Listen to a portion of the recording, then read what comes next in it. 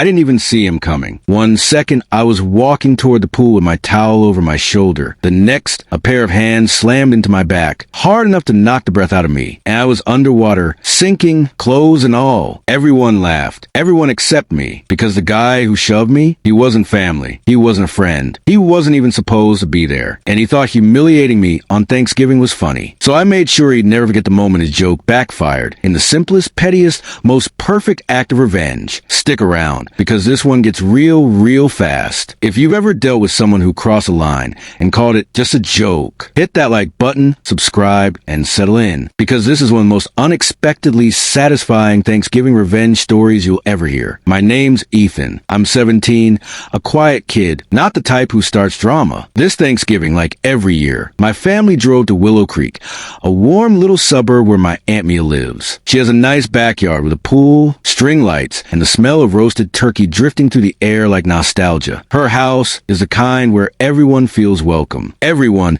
including one man who absolutely shouldn't. His name was Raymond Hale, though everyone just called him Ray. Mid-40s, always wearing faded jeans, too tight shirts, and cheap cologne strong enough to stun wildlife. The type of guy who talks too loud and laughs too hard at his own jokes. My aunt invites him every year because, in her words, he doesn't have anyone else. It would be cruel to leave him alone. But here's the thing, he might not have people because nobody wants to be around him. He interrupts conversations. He brags about achievements that never happened. He insults people, then says, "Relax, it's just a joke." And for some reason, he decided that I, quiet, polite, minding my own business, was fun to mess with after dinner.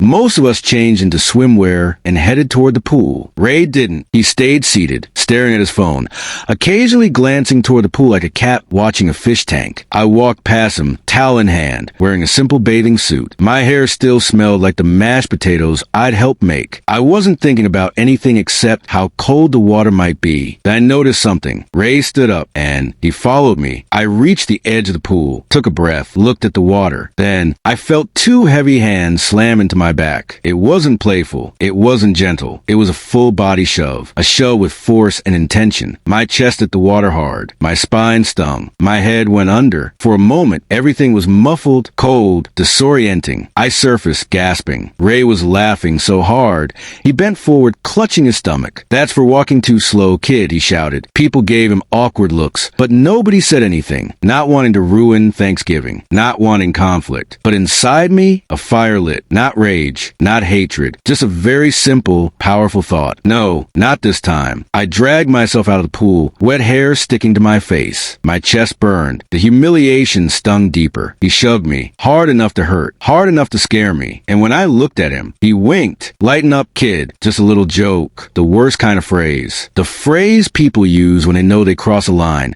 but want you to feel guilty about calling it out. My heartbeat was pounding. My hand shook slightly, not from fear, but from adrenaline. I wasn't going to let it slide. That's when I saw it. Near the patio chairs was a bright blue Super Soaker water gun, abandoned by my younger cousin earlier, and instantly, every neuron in my brain aligned into one crystal clear idea. Not revenge that would hurt him. Not revenge that would cause a fight. No, revenge that would embarrass him, expose him, show everyone who he really was. I picked up the water gun. Its plastic was warm from the sun. I filled it from the hose, feeling a strange calm settle over me. My heartbeat slowed. My mind sharpened. Ray was on the patio now, drinking soda and scrolling his phone, completely unaware. I walked toward him casually, like nothing happened, like I wasn't soaked, like I wasn't planning poetic justice. Just as he stood up again, probably intending to bother someone else, I stepped right in front of him. He blinked, surprised. "What do you?" THPSSHHHHHH. A jet of water blasted straight into his chest. His shirt darkened instantly. His belt soaked. His hair flattened. He exploded. "Are you out of your mind?" I didn't reply. I just kept spraying calmly, methodically,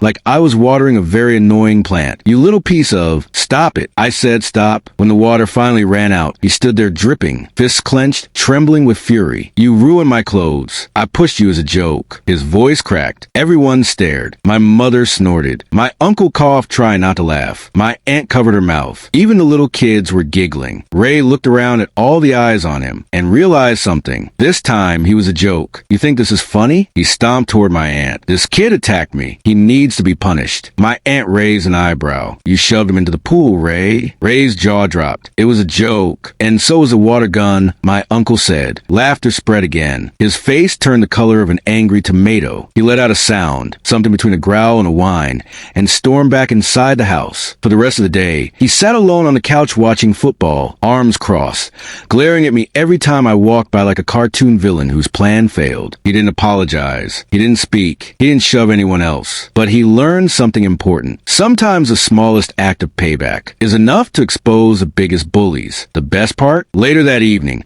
as we packed up to leave, my aunt whispered, "Thank you for that." Someone needed to knock the ego out of him. And I realized the show wasn't the end of the story. My response was, people like Ray count on silence, on politeness, on others backing down. But giving him a taste of his own medicine? That was justice. Simple, childish, perfect in life. Some people hide cruelty under the disguise of humor. They hurt others, then blame the victim for not laughing. But here's the truth. If a joke requires someone else's pain, it was never a joke. Sometimes the smallest act of standing up for yourself isn't loud. It isn't violent. It isn't dramatic. Sometimes it's just a water gun and a well-timed moment of clarity. If this story made you smile, laugh, or think of someone who deserved a little karma, smash that like button, hit subscribe, and tell me in the comments, what's the pettiest revenge you ever pulled off or wish you had? And stick around. More stories are coming.